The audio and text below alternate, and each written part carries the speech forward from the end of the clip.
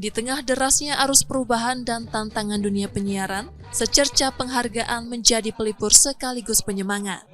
Komisi Penyiaran Indonesia Daerah Sumatera Selatan kembali menggelar Anugerah Penyiaran KPID Award 2025 sebagai bentuk apresiasi pada insan televisi dan radio di Bumi Sriwijaya. Digelar Jumat 27 Juni 2025 malam, ajang ini menghadirkan 15 kategori, mulai feature pembangunan daerah, ketahanan pangan, hingga kepala daerah peduli penyiaran dan lifetime achievement.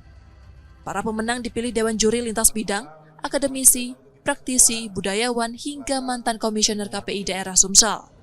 Harapannya dengan adanya anugerah penyiaran ini kita meningkatkan lembaga penyiaran harus tetap bangkit semangat untuk memberikan informasi kepada masyarakat yang benar di tengah disinformasi hari ini. Media penyiaran TV dan radio harus berada di tengah-tengah untuk melihat objektivitas sesuai dengan fakta data di lapangan.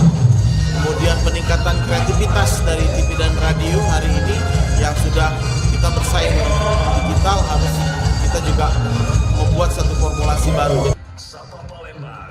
Pada malam penghargaan itu, Sapa Sumbaksel dari Kompas TV Palembang dinobatkan sebagai program talk show televisi terbaik.